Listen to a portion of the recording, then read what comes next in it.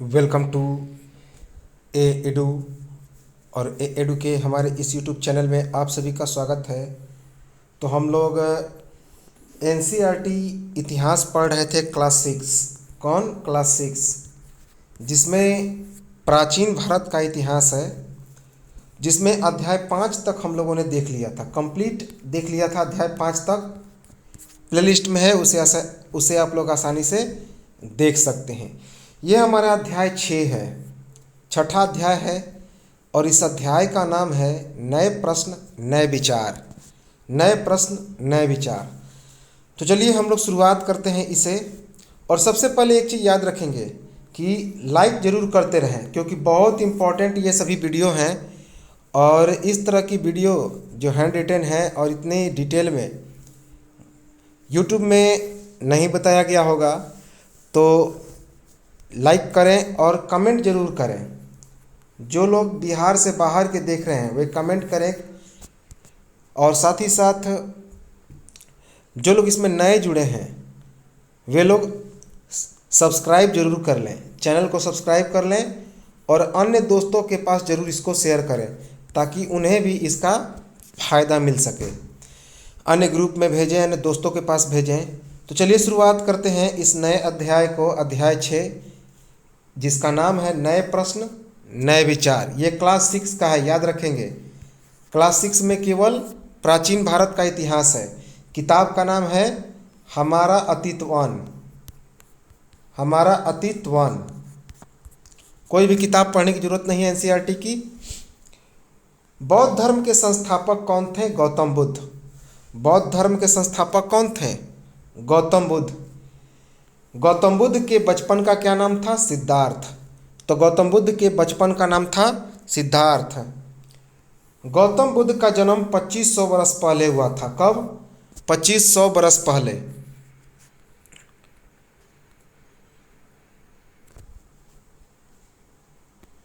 लोगों के जीवन में तेजी से परिवर्तन और नगरों का पुनर्उदय किस काल से हुआ? तो बौद्ध काल से। तो लोगों के जीवन में तेजी से परिवर्तन और नगरों का पुनर्उदय हुआ बौद्ध काल से। बुद्ध कौन सी जाति से थे? तो क्षत्रिय। याद रखेंगे, बुद्ध कौन सी जाति के थे? तो क्षत्रिय। बुद्ध के गण का नाम था शाक्य। बुद्ध के गण का क्या नाम था? तो शाक्य नाम था। बुद्ध शाक्य गण के राजा थे। बुद्ध के द्वारा ज्ञान की खोज में घरों के सुख में त्याग युवावस्था में, अर्थात गौतम बुद्ध ने ज्ञान की खोज के लिए घर का सुख त्याग दिया। कब? अपने युवावस्था में ही। युवावस्था में ही बुद्ध के द्वारा भ्रमण एवं अन्य विचारकों से चर्चा अनेक वर्षों तक की गई। तो बुद्ध ने बहुत दिनों तक भ्रमण किया और बहुत विचारकों से चर्चा किया। कई वर्षों तक? तो अनेक वर्षों तक। देखिए, ये सभी एनसीईआरटी के अकॉर्डिंग हम लोग पढ़ रहे हैं, जो कि क्लास 6 में वर्णित है। तो इसी के अनुसार हम लोग पढ़ते जाएंगे अगले कक्षा में, 7 में, 8 में। तो इस तरह से हमारा जो यह डिटेल में है वो चर्चा बढ़ता चला जाएगा। क्लास 12 में भी एनसीईआरटी है। 6 के बाद किस में है? क्लास 12 में, जो प्राचीन भारत का इतिहास है। तो क्लास 6 और क्लास 12। बुद्ध को ज्ञान की प्राप्ति कहाँ हुई?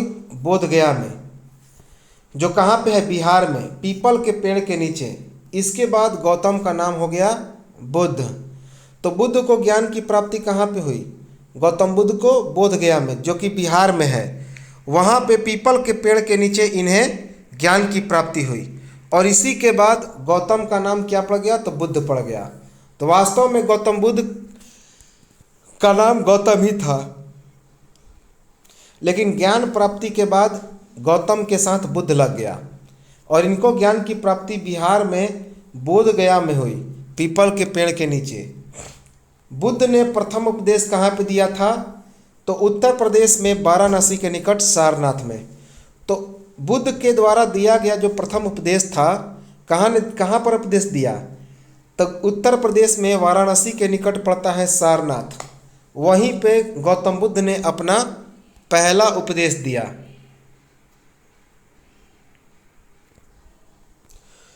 कुशीनगर में मृत्यु से पहले गौतम बुद्ध के द्वारा एक स्थान से दूसरे स्थान तक की यात्रा की गई और लोगों को शिक्षा देने के लिए साधन दिया गया। कैसे? पैदल यात्रा। तो याद रखें कि सबसे इम्पोर्टेंट है कि गौतम बुद्ध की मृत्यु कहाँ पे हुई? कुशीनगर में, जो कि उत्तर प्रदेश में पड़ता है। उत्तर प्रदेश के कुशीनगर में गौतम बुद्ध की मृत्यु हुई। तो कुशीनगर में गौतम बुद्ध की मृत्यु से पहले उन्होंने एक स्थान से दूसरे स्थान तक यात्रा भी किया और साथ ही साथ लोगों को शिक्षा भी दिया। और इसके लिए कौन से साधन का प्रयोग किया? तो पैदल यात्रा। इसके लिए उन्होंने पैदल यात्रा किया। बुद्ध के द्वारा दी गई शिक्षा, तो बुद्ध ने कौन कौन सी शिक्षा दी? यह जीवन कष्टों और दुखों से भरा हुआ है और ऐसा हमारी इच्छाओं और लालसाओं के कारण होता है। तो बुद्ध ने क्या क्या शिक्षा दिया कि यह जो जीवन है वह कष्टों और दुखों से भरा हुआ है और ऐसा हमारी इच्छाओं और लालसाओं के कारण होता है। कभी कभी हम जो चाहते हैं वह प्राप्त कर लेने के बाद भी संतुष्ट नहीं होते हैं और अधिक वस्तुओं को पाने की इच्छा करने लगते हैं। तो बुद्ध ने क्या शिक्षा दिया कि यह जो जीवन है वह कष्टों और दुखों से भरा हुआ है और ऐसा हमारी इच्छाओं और लालसाओं, लालसा मतलब होता है इच्छा, चाहत, तो लालसाओं के कारण होता है। कभी कभी हम जो चाहते हैं वह प्राप्त कर लेने के बाद भी संतुष्ट नहीं हो पाते हैं और अधिक अथवा अन्य वस्तुओं को पाने की इच्छा करने लगते हैं। बुद्ध के अनुसार लिप्सा, तो बुद्ध ने के अनुसार लिप्सा का मतलब क्या होता है? तो तन्हा या तृष्णा, तन्हा या तृष्णा। तो बुद्ध के अनुसार लिप्सा का मतलब था तहिया या तृष्णा, तहिया या तृष्णा। तृष्णा का मतलब होता है इच्छा। बुद्ध के अनुसार लालसा से मुक्ति पाने का उपाय था आत्मसंयम। तो बुद्ध ने लालसा से मुक्ति पाने का उपाय क्या बताया? आत्मसंयम। लालसा मतलब क्या? इच्छा, चाहत। तो उससे मुक्ति पाने का उपाय बताया आत्मसंयम, अर्थात अपने अंदर में संयम बरतने के बाद लालसा से मुक्ति मिल सकती है। बुद्ध के द्वारा किसका आदर करने की शिक्षा दी गई? तो बुद्ध के द्वारा दयालु होने तथा मनुष्यों के साथ साथ जानवरों के जीवन का भी आदर करने की शिक्षा दी गई। तो बुद्ध ने किसका आदर करने की शिक्षा दी? तो दयालु होने की शिक्षा दी तथा मनुष्यों के साथ साथ जानवरों के जीवन का भी आदर करने की शिक्षा दी। किसने? बुद्ध ने। बुद्ध का विश्वास, बुद्ध किस पर विश्वास करते थे? तो पुनर्जन्म पर। बुद्ध का विश्वास था पुनर्जन्म पर, अर्थात बुद्ध का विश्वास था कि हमारे कर्मों के परिणाम चाहे वो अच्छे हो या बुरे, हमारे वर्तमान जीवन के साथ साथ बाद के जीवन को भी प्रभावित करते हैं। तो बुद्ध का विश्वास था पुनर्जन्म पर। बुद्ध का विश्वास था कि हमारे कर्मों के परिणाम चाहे वो अच्छे हों या बुरे, हमारे वर्तमान जीवन के साथ साथ बाद के जीवन को भी प्रभावित करते हैं। बुद्ध के द्वारा दी गई शिक्षा की भाषा, अर्थात बुद्ध ने जो शिक्षा दिया था, कौन से भाषा में शिक्षा दिया? तो प्राकृत भाषा में। प्राकृत भाषा में, यह जो प्राकृत भाषा थी उस समय की लोगों के द्वारा बोली जाने वाली भाषा थी, अर्थात जन भाषा थी। बुद्ध के जो अनुसार शिक्षा थी वह केवल उपदेश देने की वस्तु नहीं बल्कि विवेक से मापने की वस्तु थी। तो बुद्ध के अनुसार शिक्षा क्या था? तो बुद्ध के अनुसार वास्तविक शिक्षा जो था वह केवल उपदेश देने की वस्तु नहीं थी बल्कि विवेक से मापने की वस्तु थी। विवेक से मापने की वस्तु थी।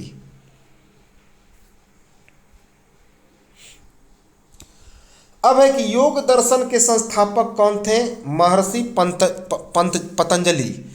तो योग दर्शन के संस्थापक थे महर्षि पतंजलि। पूर्व मीमांसा के संस्थापक थे जैमिनी। पूर्व मीमांसा के संस्थापक कौन थे? जैमिनी। उत्तर मीमांसा जिसे वेदांत भी कहा जाता है, तो उसके संस्थापक थे महर्षि वेदव्यास। तो उत्तर मीमांसा जिसे वेदांत भी कहा जाता है, तो उसके संस्थापक थे महर्षि वेद व्यास। जर्मन मूल के ब्रिटिश भारतविद फ्रेडरिक मैक्स मूलर के अनुसार इन 6 दर्शन की शाखाओं का विकास कई पीढ़ियों के दौरान व्यक्तिगत विचारों के योगदान से हुआ था। तो योग दर्शन, पूर्व मीमांसा, उत्तर मीमांसा, इस प्रकार मिलाकर 6 दर्शन थे। तो जर्मन मूल के ब्रिटिश भारतविद थे फ्रेडरिक मैक्स मूलर।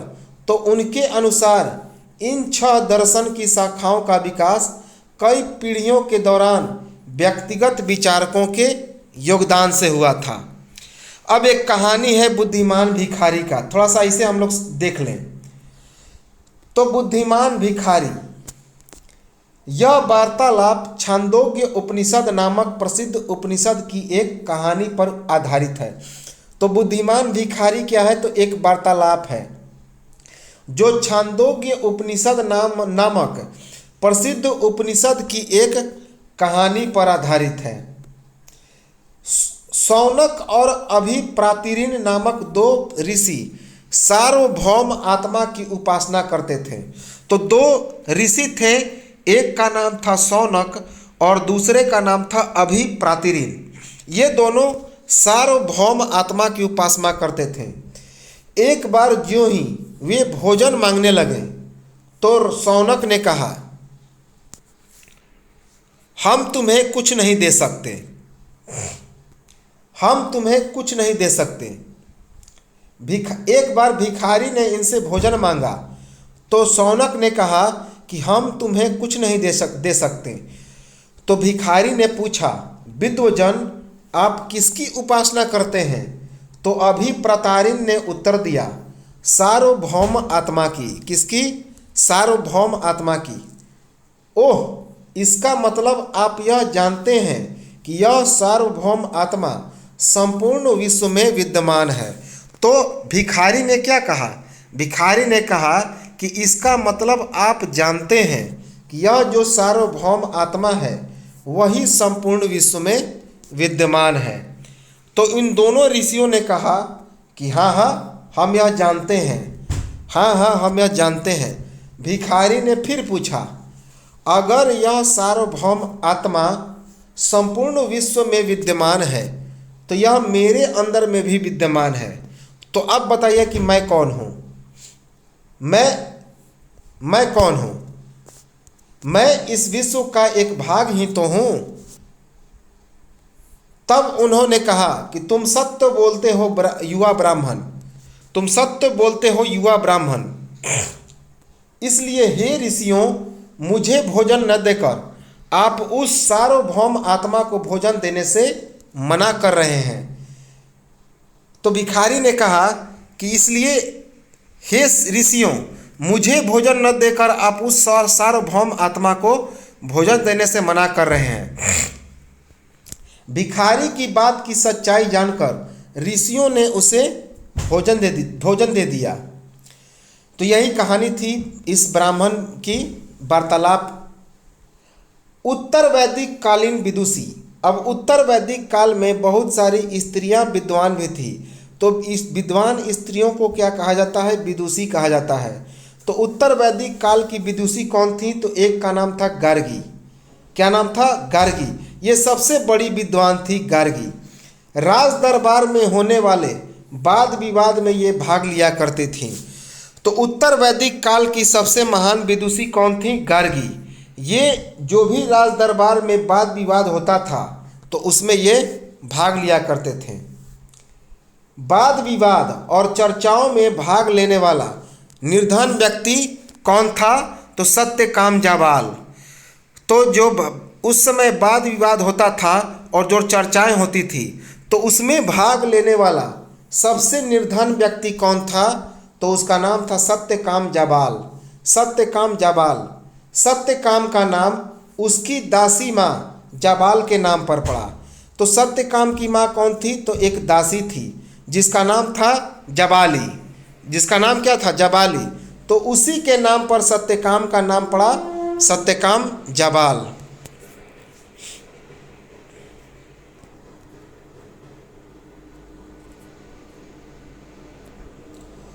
अब है कि बुद्ध के द्वारा दिया गया प्रथम उपदेश के उपरांत बनाई गई इमारत कौन थी? तो वाराणसी का सारनाथ स्तूप। तो बुद्ध ने जो प्रथम उपदेश दिया तो उस उपदेश के बाद एक इमारत का निर्माण किया गया। उस इमारत का कौन सा इमारत? तो वाराणसी में किया गया सारनाथ का स्तूप, वाराणसी का सारनाथ का स्तूप। अब एक और कहानी है किस्सा गौतमी की कहानी। कौन? गौतमी की कहानी। गौतमी बुद्ध की क्या थी? तो सौतेली माता थी। तो उन्हीं की कहानी है। यह बुद्ध के विषय में एक प्रसिद्ध कहानी है। एक समय की बात है, किस्सा गौतमी नामक एक स्त्री का पुत्र मर गया।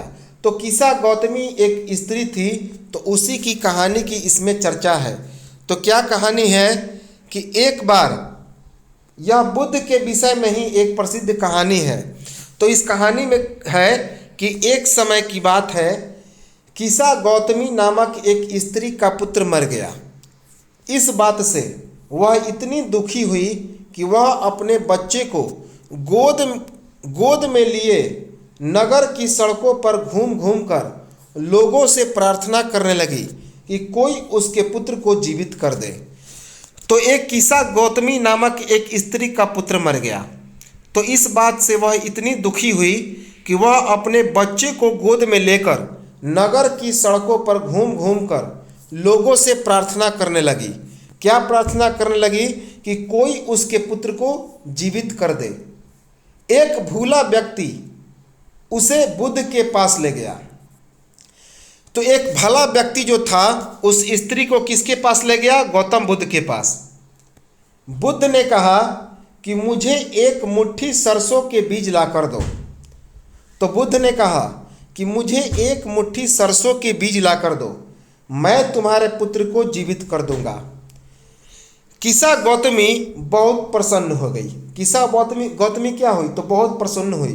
पर जैसे ही वह बीज लाने के लिए जाने लगी, तभी बुद्ध ने उसे रोका और कहा, ये बीज एक ऐसे घर से मांग कर लाओ जहां किसी की मृत्यु न हुई हो।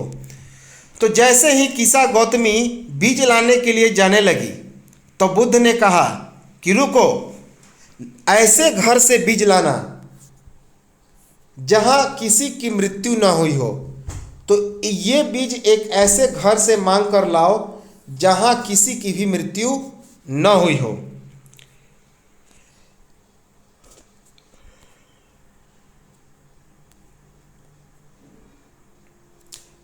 किस्सा गौतमी एक दरवाजे से दूसरे दरवाजे गई, लेकिन वह जहां भी गई उसने पाया कि हर घर में किसी न किसी के पिता, माता, बहन, भाई, पति, पत्नी, बच्चे, चाचा, चाची, दादा या दादी की मृत्यु हुई थी।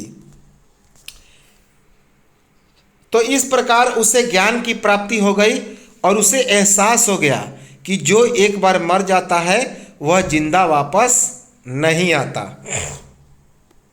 बौद्ध धर्म की मान्यता क्या थी? अर्थात बौद्ध धर्म किस चीज पर मान्यता देता था?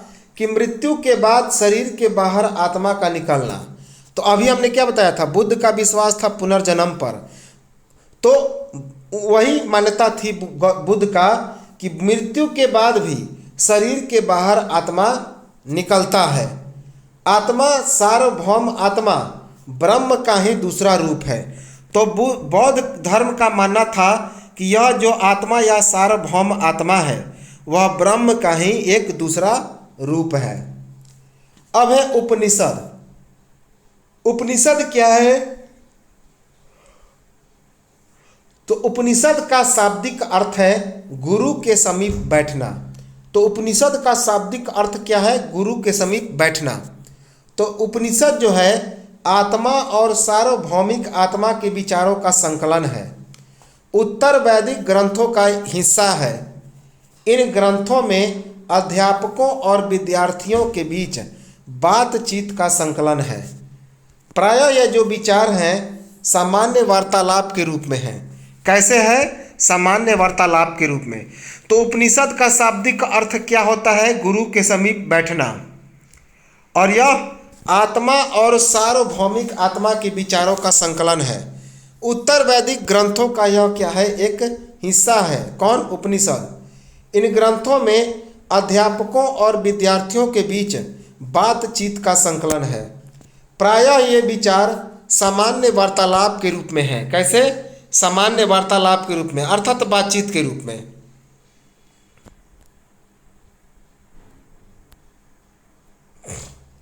भारतीय दर्शन की 6 पद्धति हैं षड दर्शन। तो भारतीय दर्शन की कितनी पद्धतियां हैं? षड दर्शन अर्थात 6 पद्धति हैं। षड दर्शन को 6 पद्धति कहा जाता है। भारत के द्वारा सत्य की बौद्धिक खोज का प्रतिनिधित्व दर्शन की 6 शाखाओं के द्वारा होती है।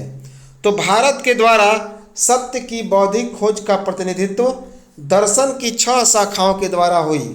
कौन कौन? वैशेषिक, न्याय, सांख्य, योग, पूर्व मीमांसा या वेदांत, जिसे उत्तर मीमांसा कहते हैं। तो कौन कौन है जो कि सत्य की वैदिक खोज का प्रतिनिधित्व? ये सभी दर्शन है। कौन कौन? वैशेषिक, न्याय, सांख्य, योग, पूर्व मीमांसा और वेदांत या उत्तर मीमांसा। यही जो है दर्शन है। भारतीय दर्शन की 6 पद्धतियां हैं जिसे षड दर्शन कहा जाता है। वैशेषिक के संस्थापक हैं महर्षि कणाद। तो वैशेषिक के संस्थापक कौन है? महर्षि कणाद। न्याय दर्शन के कौन है? तो गौतम। न्याय दर्शन के कौन है? तो गौतम है। सांख्य दर्शन के कौन है? तो कपिल मुनि। सांख्य दर्शन के कौन है? तो कपिल मुनि। और अभी हमने बताया पतंजलि कौन है? योग दर्शन के संस्थापक पतंजलि है। योग दर्शन के पूर्व मीमांसा के संस्थापक है जैमिनी और उत्तर मीमांसा के संस्थापक हैं अर्थात वेदांत के संस्थापक हैं महर्षि वेदव्यास। कौन है? महर्षि वेदव्यास।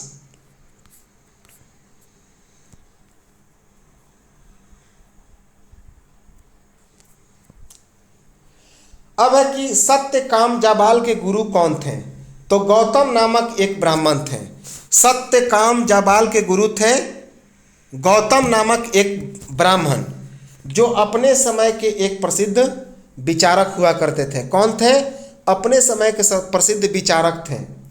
उत्तर वैदिक काल में संस्कृत भाषा में रचा गया प्रसिद्ध व्याकरण ग्रंथ कौन था? तो अष्टाध्यायी था। मोस्ट इम्पॉर्टेंट है।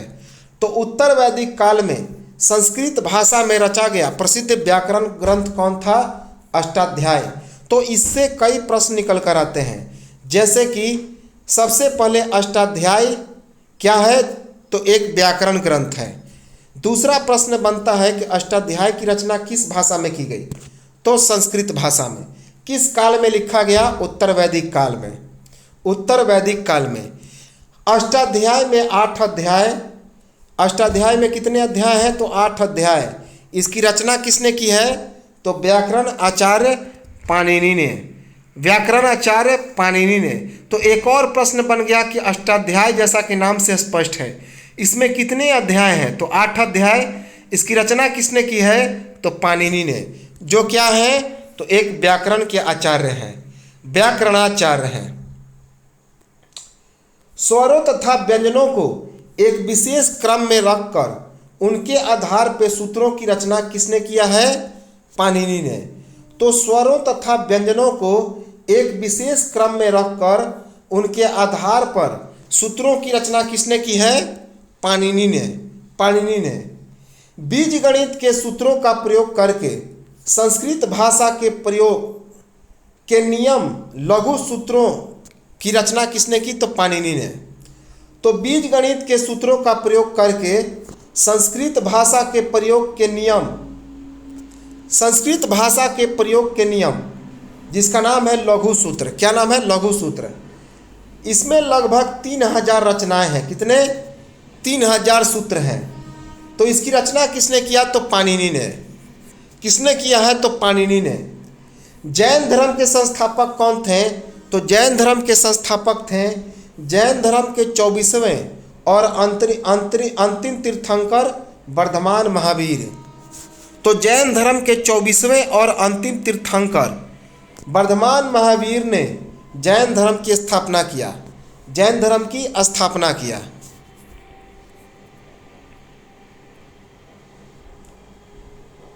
अब है वर्धमान महावीर, ये बज्जी संघ के लिच्छवी कुल के क्षत्रिय राजकुमार थे। तो जिस तरह गौतम बुद्ध किस वंश के थे? शाक्य वंश। तो ये बज्जी संघ के थे। कौन?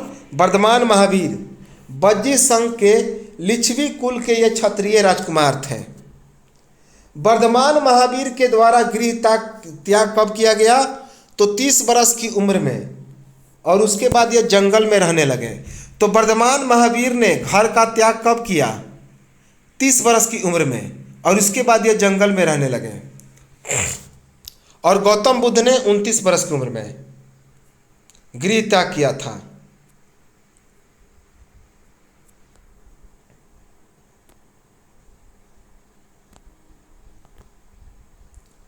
अब है कि वर्धमान महावीर के द्वारा कठिन एवं एकांकी जीवन और ज्ञान की प्राप्ति कब की गई?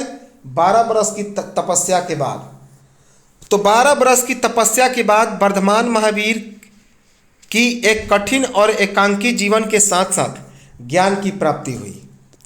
जैन धर्म के द्वारा क्या क्या शिक्षा दिया गया? तो जैन धर्म के द्वारा शिक्षा दिया गया कि शिक्षा सरल सत्य को जानने की इच्छा रखने वाले प्रत्येक स्त्री और पुरुष के द्वारा गृह त्याग करके करनी चाहिए। तो इस जैन धर्म के द्वारा जो दी गई शिक्षा थी वह सरल थी। साथ ही साथ उन्होंने शिक्षा दिया कि सत्य को जानने की इच्छा रखने वाले प्रत्येक स्त्री और पुरुष के द्वारा गृह त्याग किया जाए तथा अहिंसा के नियमों का कड़ाई से पालन होना चाहिए। किस नियम का? अहिंसा के नियमों का कड़ाई से पालन होना चाहिए। किसी भी जीव को कष्ट नहीं पहुंचाना चाहिए और उसकी हत्या नहीं करनी चाहिए। तो किसी भी जीव को कष्ट मत पहुंचाइए, उसकी हत्या मत कीजिए। और सभी जीव के लिए जीवन क्या है? तो प्रिय है। तो जैन धर्म में शिक्षा दिया गया कि सभी जीव के लिए जीवन क्या है? तो प्रिय है। तो इसी कारण किसी भी जीव को कष्ट नहीं देना चाहिए और सभी जीव के लिए क्या है? तो जीवन प्रिय है।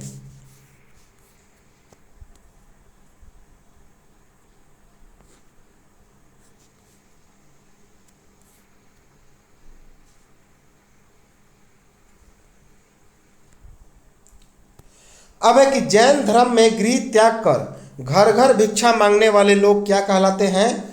तो भिक्षु एवं भिक्षुणी। तो जैन धर्म में जो घर का त्याग कर देते हैं और घर घर भिक्षा मांगते हैं तो उन्हें भिक्षु या भिक्षुणी कहा जाता है।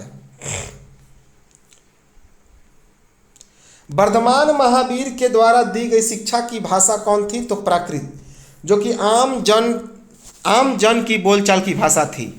तो जो वर्धमान महावीर थे उन्होंने शिक्षा कौन सी भाषा में दिया? तो आम जन की भाषा प्राकृत में उस समय प्राकृत भाषा बोली जाती थी, तो इसे आम जन की भाषा कहा जाता था। उत्तर वैदिक काल में मगध के क्षेत्र में बोली जाने वाली प्राकृत भाषा कौन थी? तो मगधी थी। तो उत्तर वैदिक काल में मगध के क्षेत्र में बोली जाने वाली प्राकृत भाषा कौन थी? तो वो थी मगधी। कौन? मगधी। अब है जैन धर्म के नियम। जैन धर्म में बहुत सारे नियम हैं। कौन कौन से नियम? भोजन के लिए भिक्षा मांगकर सादा जीवन व्यतीत करना। तो भोजन के लिए ये भिक्षा मांगकर सादा जीवन व्यतीत करते हैं। पूरी तरह ईमानदार बनाना। तो जैन धर्म के नियम है पूरी तरह से ईमानदार बनाना। चोरी न करना। ब्रह्मचर्य का पालन करना। किसका? ब्रह्मचर्य का। पुरुषों का वस्त्रों सहित सब कुछ त्याग। तो इनका मानना था कि पुरुषों को भी पूरा वस्त्र त्याग कर, सब कुछ त्याग कर क्या करना होगा? तो जैन धर्म का पालन करना होगा। जैन जो है वह जिन शब्द से निकला है।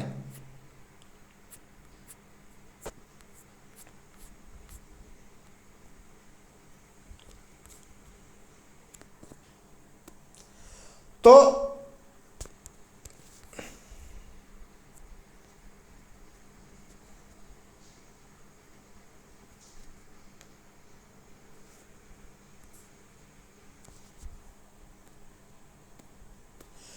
अब है जैन। जैन जो है वो जिन शब्द से निकला है। जैन किस शब्द से निकला है? जिन से। जिन का मतलब क्या होता है? जिसका शाब्दिक अर्थ होता है विजेता।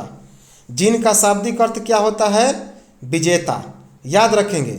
और यह जो जिन जैन शब्द है वह जिन से निकला है जिसका शाब्दिक अर्थ होता है विजेता, इंद्रियों पर विजय प्राप्त करने वाला। जैन धर्म का कड़ाई से समर्थन कौन करते हैं? तो व्यापारी। जैन धर्म का कड़ाई से समर्थन करते हैं व्यापारी। और जैन धर्म का समर्थन कौन नहीं करते हैं? तो किसान, क्योंकि उन्हें फसलों की सुरक्षा के लिए कीड़े मकोड़े को मारना पड़ता था। तो जैन धर्म का समर्थन कौन नहीं करते थे? वे किसान नहीं करते थे। क्यों? क्योंकि जैन धर्म में लिखा था अहिंसा, लेकिन किसान क्या करते थे? उन्हें फसलों की सुरक्षा के लिए कीड़े मकोड़े को मारना पड़ता था, इसलिए जो किसान थे वे जैन धर्म के समर्थक नहीं थे। अब है जैन धर्म का प्रचार कहाँ कहाँ तक हुआ? तो जैन धर्म का प्रचार उत्तर भारत के कई हिस्सों के साथ साथ गुजरात, तमिलनाडु और कर्नाटक तक हो गया। कहाँ पे? उत्तर भारत के कई हिस्सों के साथ साथ गुजरात, तमिलनाडु और कर्नाटक में इसका प्रचार हो गया। इसके बाद है कि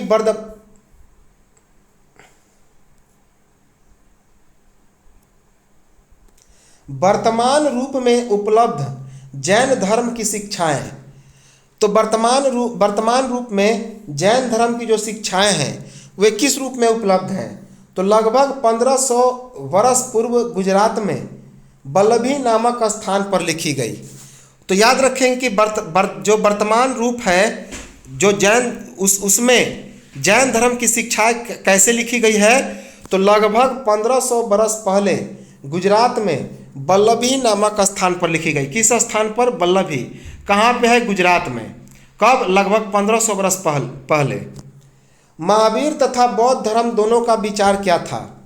तो महावीर और बौद्ध धर्म दोनों का विचार था घर का त्याग करने पर ही सच्चे ज्ञान की प्राप्ति होगी। तो इन दोनों का विचार था, दोनों का कथन था कि जब तक घर का त्याग नहीं करेंगे तब तक सच्चे ज्ञान की प्राप्ति नहीं होगी। बौद्ध और जैनों के द्वारा गृह त्याग करके बनाए गए संगठन का नाम था संघ। तो बौद्ध और जैनों ने घर का त्याग करके एक संगठन का निर्माण किया जिसे क्या कहा जाता है? संघ, जिसे संघ कहा जाता है।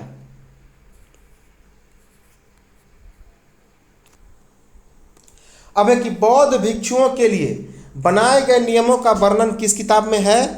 तो उसका नाम है विनय पिटक। विनय पिटक। विनय पिटक से ही पता चलता है कि संघ में पुरुषों और स्त्रियों को रहने के लिए अलग अलग व्यवस्था थी। तो एक विनय पिटक है। तो इस विनय पिटक इसमें क्या है कि बौद्ध भिक्षुओं के लिए बनाए गए नियमों का वर्णन है। तो इस विनय पिटक से क्या पता चलता है कि संघ में पुरुषों और स्त्रियों के रहने के लिए अलग अलग व्यवस्था थी। कैसी व्यवस्था थी? अलग अलग। संघ में प्रवेश करने वाले व्यक्ति, अब संघ में कौन कौन व्यक्ति प्रवेश कर सकते हैं?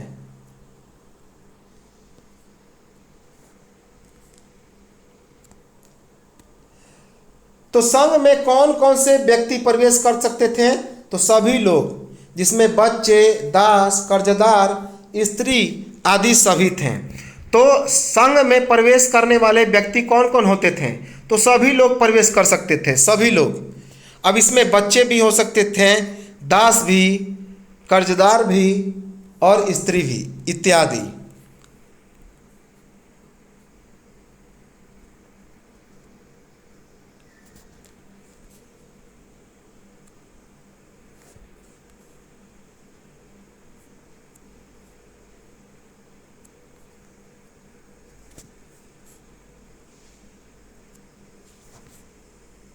संघ में प्रवेश करने वाले स्त्री पुरुष को भिक्षु और भिक्षुणी क्यों कहा गया?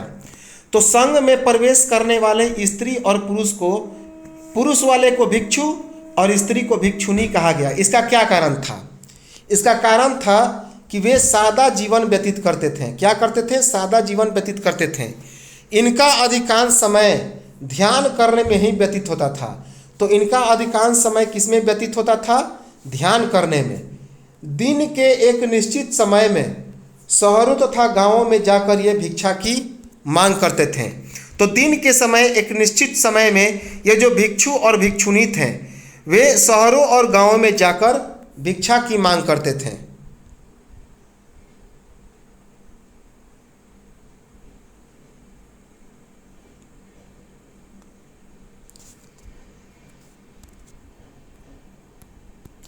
अब है कि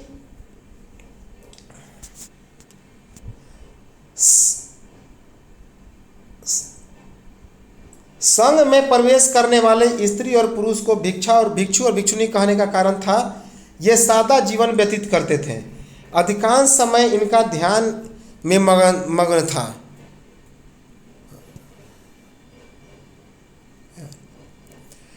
तो संघ में प्रवेश करने वाले स्त्री और पुरुषों को भिक्षु और भिक्षुनी कहने का कारण था कि ये सादा जीवन व्यतीत करते थे, अधिकांश समय अपना ध्यान करने में व्यतीत करते थे। दिन के एक निश्चित समय में शहरों तथा गांवों में जाकर ये भिक्षा की मांग करते थे।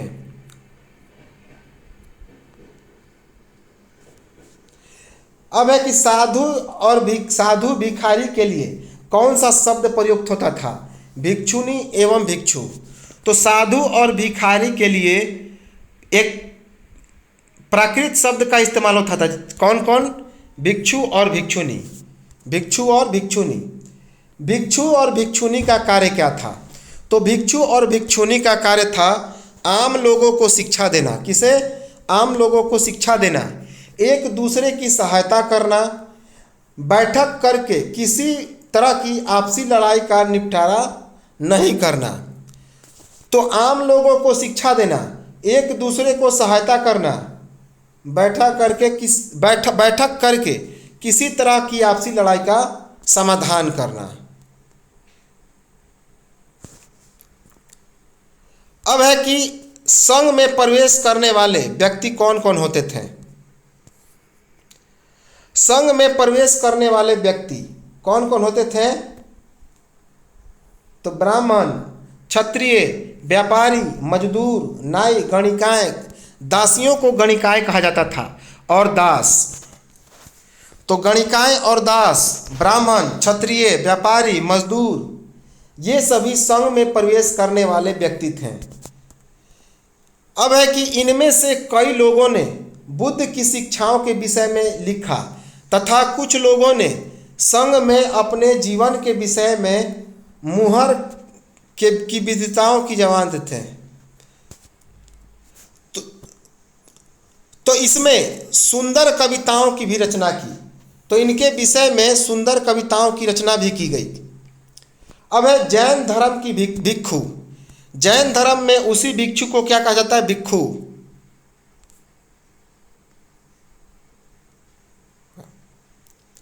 अब है कि जैन धर्म की जो भिक्षु और भिक्षुनी थी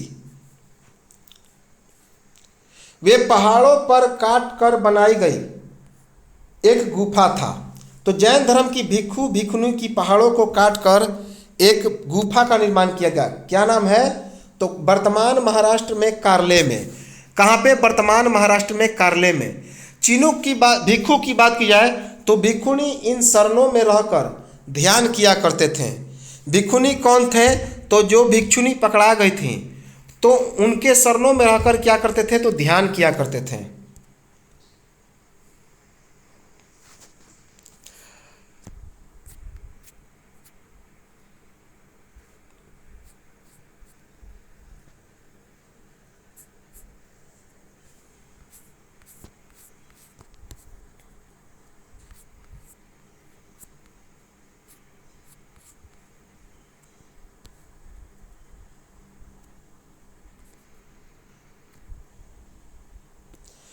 जैन तथा बौद्ध भिक्षुओं का स्वयं अथवा उनके समर्थकों के लिए बनाया गया अस्थायी शरण स्थल क्या कहलाता है? विहार। तो जैन और जो बौद्ध भिक्षु होते हैं वे स्वयं के लिए और अपने समर्थकों के लिए एक अस्थाई शरण स्थल की व्यवस्था की, जिसका नाम क्या है? विहार। विहार, आरंभिक विहार जो था वह लकड़ी के, पर बाद में उनका निर्माण लकड़ी से हुआ था, लेकिन बाद में उनका निर्माण किससे कर दिया गया? तो ईंटों से। याद रखेंगे, जो शरणस्थल थे, अस्थाई शरणस्थल, उन्हें विहार कहा जाता था। विहार, आरंभिक विहार जो था वह लकड़ी से बनाया गया था, लेकिन बाद में उनका निर्माण ईंटों से हो गया। अब है कि पश्चिमी भारत में निर्मित विहार।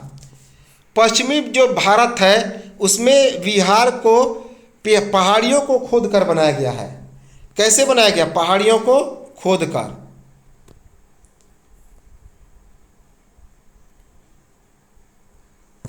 अब है कि जैन तथा पश्चिमी भारत में बिहार का निर्माण किस प्रकार किया गया? पहाड़ियों को खोदकर। तो पश्चिमी भारत में बहुत सारे विहारों का निर्माण किया गया। कैसे?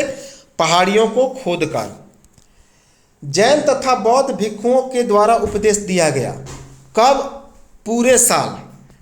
तो जैन तथा बौद्ध भिक्षुओं के द्वारा पूरे साल उपदेश दिया गया। केवल वर्षा ऋतु में अस्थायी निवास एवं पहाड़ी क्षेत्रों की प्राकृतिक गुफाओं में इनका निवास था। तो पूरे साल तक के लिए, पूरे साल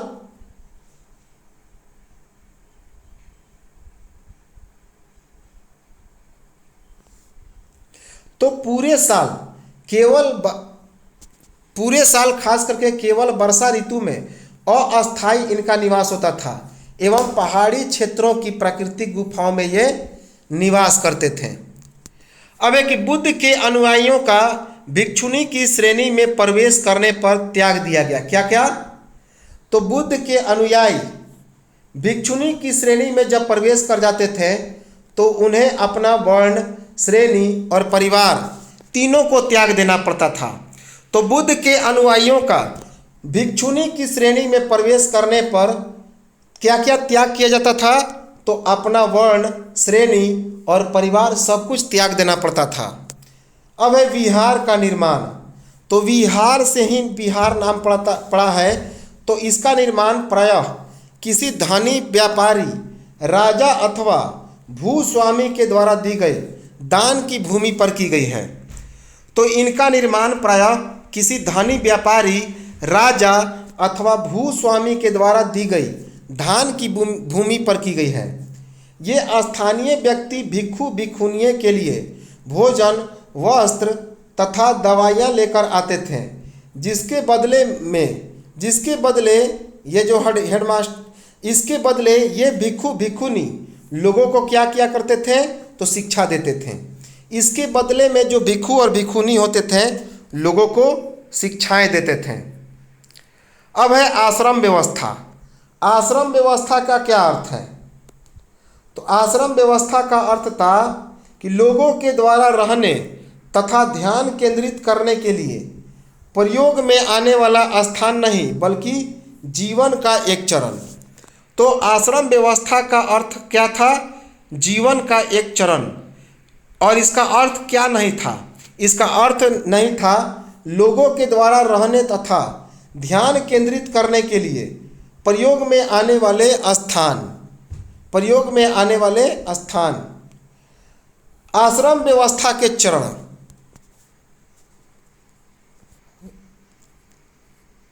तो आश्रम व्यवस्था के कौन कौन से चरण थे?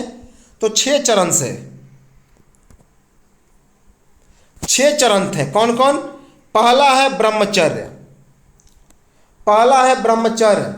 इसमें ब्राह्मण, क्षत्रिय तथा वैश्य के द्वारा सादा जीवन व्यतीत करके वेदों का अध्ययन करने की सलाह दी गई।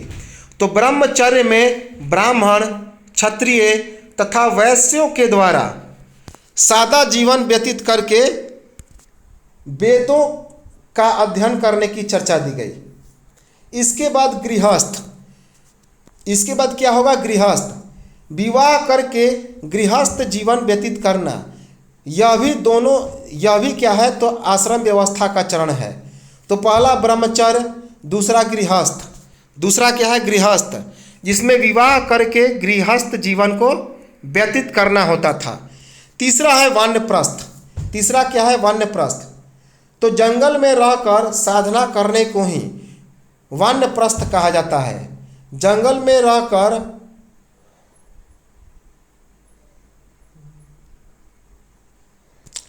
इसके बाद सन्यास। इसके बाद क्या है? तो सन्यास। अंततः सब कुछ त्याग कर सन्यासी बन जाना ही सन्यास कहलाता है। तो अंततः सब कुछ गायब करके क्या सन्यास के बारे में बताया? तो ये सन्यासी बन जाते थे सब कुछ त्याग कर। अब है आश्रम व्यवस्था में सबसे ज़्यादा ध्यान किस पर दिया जाता था? ध्यान लगाने पर। तो आश्रम व्यवस्था में सबसे ज़्यादा ध्यान किस पर लगाया जाता था? ध्यान लगाने पर, ईश्वर का ध्यान लगाना। स्त्रियों को क्या अनुमति नहीं थी? वेद को पढ़ने की। तो स्त्रियों को वेद पढ़ने की अनुमति नहीं थी। उन्हें अपने पतियों के द्वारा पालन किए जाने वाले आश्रम का ही अनुसरण करना होता था। तो इन्हें अपने पतियों के द्वारा पालन किए जाने वाले आश्रमों का ही अनुसरण करना होता था। क्या नाम है?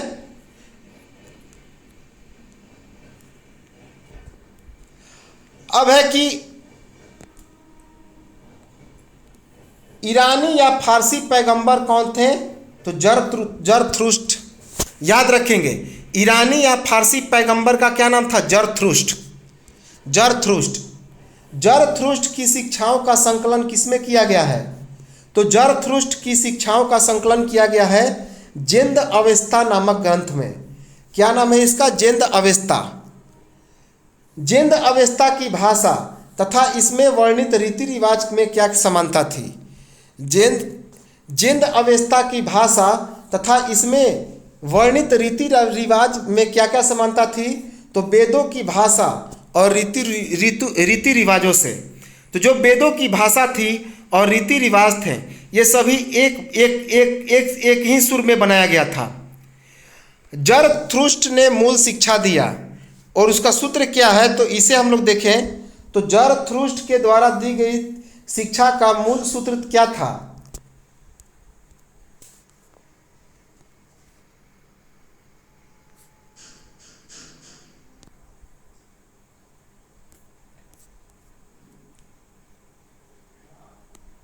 अब है कि जेंद अवेस्ता की भाषा तथा इसमें वर्णित रीति रिवाज की समानता क्या थी?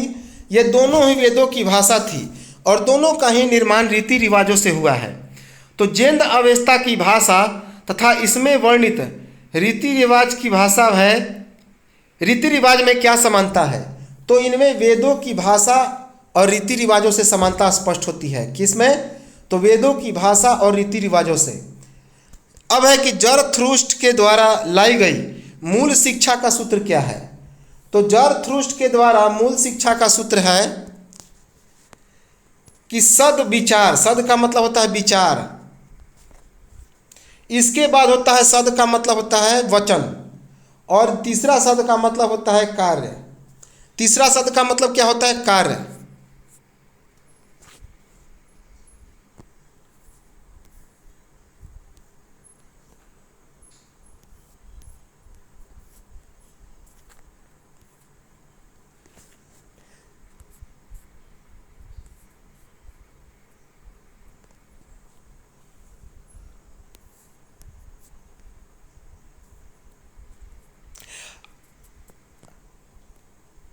अब है जरथुष्ट्र की मूल शिक्षा का सूत्र क्या है?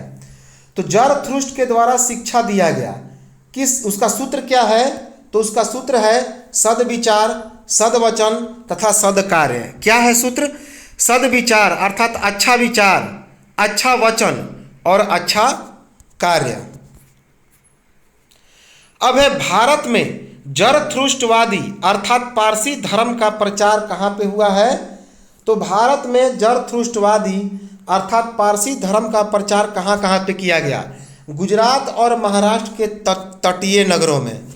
तो भारत में जरथुष्ट्रवादी या फिर पारसी धर्म का प्रसार हुआ कहाँ पे तक किया गया? गुजरात तथा महाराष्ट्र के तटीय नगरों तक। अब हम लोग दिया गया है कुछ प्रश्न क्या दिया गया है, कुछ प्रश्न दिया गया है, उसको हम लोग सोल्व करें।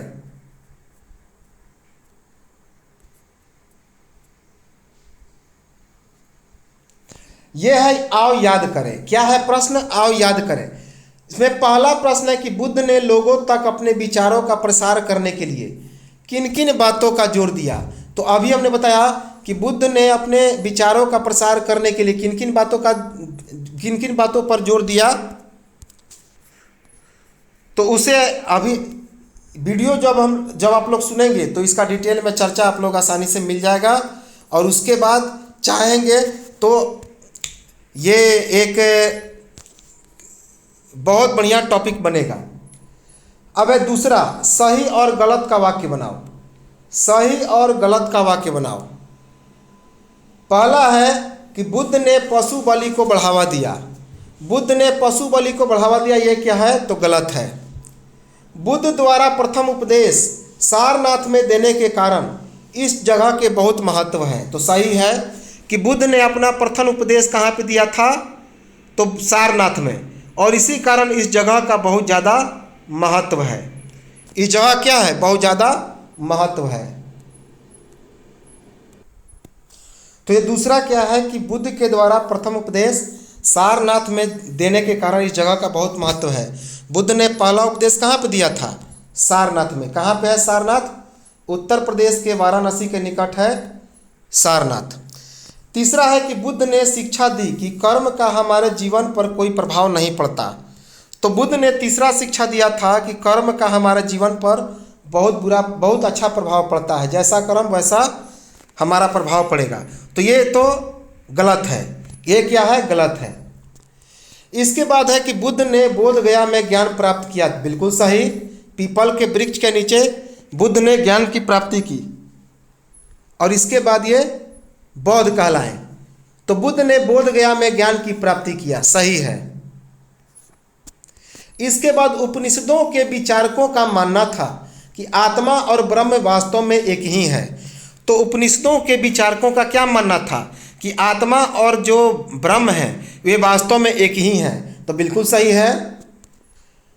अब है कि उपनिषदों के विचारक किन प्रश्नों का उत्तर देना चाहते थे, महावीर की प्रमुख शिक्षाएं क्या थी। तो इसे आप लोग वीडियो को देखेंगे और समझेंगे, सारे उत्तर मिल जाएगी। ये सब एनसीईआरटी में प्रश्न दिया गया है। अब है कुछ मौर्य वंश के बारे में। तो मौर्य वंश के समय नगरों में रहने वाले लोगों का पेशा क्या था? तो मौर्य वंश के समय नगरों में रहने वाले लोगों का पेशा क्या था? तो व्यापारी होते थे, सरकारी अधिकारी होते थे और शिल्पकार थे। तो मौर्य वंश के समय नगरों में कौन कौन लोग रहते थे? व्यापारी, सरकारी अधिकारी और शिल्पकार। मौर्य साम्राज्य के इलाके, अब है मौर्य साम्राज्य के इलाके, बहुत बड़े क्षेत्रों में किसानों और पशुपालकों का गांव था। और मौर्य साम्राज्य के इलाके कैसे थे? तो बहुत बड़े क्षेत्रों में किसानों और पशुपालकों का गांव था। मध्य भारत जैसे इलाकों में ज़्यादातर हिस्सा जंगलों से भरा हुआ था। तो जो मध्य भारत था, इन सभी इलाकों में जो ज़्यादातर हिस्सा था वह जंगलों से भरा हुआ था। इन जंगलों में फल फूल का संग्रहण और जानवरों का शिकार करके लोगों के द्वारा आजीविका का पालन किया जाता था। तो इन जंगलों में लोग क्या करते थे? तो फल फूल को इकट्ठा करते थे, जानवरों का शिकार करते थे, और इस प्रकार लोगों का यहाँ पे आजीविका चलता था। भिन्न भिन्न भाषा, अलग अलग किस्म की पोशाक, अलग अलग प्रकार का यहाँ पे भोजन था। तो मौर्य साम्राज्य के इलाकों में अलग अलग प्रकार की भाषाएं बोली जाती थी, अलग अलग किस्म के पोशाक पहनते थे लोग, और अलग अलग प्रकार के लोग भोजन भी करते थे। अब यहाँ पे देखिए मौर्य साम्राज्य के प्रमुख नगर, मौर्य साम्राज्य के यहाँ पे प्रमुख नगर दिए हुए हैं। इस तरह से जो काला है, पूरा गाढ़ा काला, वह है महत्वपूर्ण नगर, जबकि जो आधा रंगा है यहाँ से अभिलेखों की प्राप्ति हुई है। किस चीज़ की? अभिलेखों की प्राप्ति हुई है। ये मौर्य साम्राज्य के प्रमुख नगर और प्राप्ति स्थल का यहाँ पे एक चित्र है। तो देखिए, जैसे कि लंपक, ये लंपक है अफगानिस्तान में। कंधार, ये भी अफगानिस्तान पाकिस्तान का इलाका है। ये सभी क्या है, तो इसमें है, ये प्रमुख नगर हैं। कौन है? महत्वपूर्ण नगर हैं। इसके बाद है मानसेहरा। मानसेहरा जो कि जम्मू कश्मीर में है। उसके बाद शहबाजगढ़ी। मानसेहरा और शहबाजगढ़ी, यहाँ से अभिलेखों की प्राप्ति हुई है। तक्षशिला महत्वपूर्ण नगर था। उसके बाद कलसी, टोपरा, बहापुर जो दिल्ली में पड़ता है, मेरठ, यहाँ से अभिलेखों की प्राप्ति हुई है। इसके बाद यह है उज्जैन। उज्जैन एक महत्वपूर्ण नगर था, आज भी है। इसके बाद है गिरनार। गिरनार से अभिलेख की प्राप्ति हुई है। उसके बाद लुम्बिनी, रामपुरवा। लुम्बिनी नेपाल में पड़ता है। रामपुरवा कहाँ पे है? तो रामपुरवा है हमारे नेपाल के इलाके में, उत्तर प्रदेश में। उसके बाद लौरिया, अरेराज, लौरिया, नंदनगढ़, ये सभी बिहार में है। बिहार में रामपुरवा भी बिहार में है। इसके बाद मधुबनी के क्षेत्र में है रामपुरवा। सारनाथ, सारनाथ जो है यहाँ, ये एक महत्वपूर्ण नगर के साथ साथ यहाँ पे अभिलेख की भी प्राप्ति हुई है। इसके बाद गुज्जर, गुज्जर में भी अभिलेख की प्राप्ति हुई है। गुज्जर से अभिलेख की प्राप्ति हुई है। इसके बाद है कौशाम्बी। कौशाम्बी जो है यहाँ से अभिलेख के साथ साथ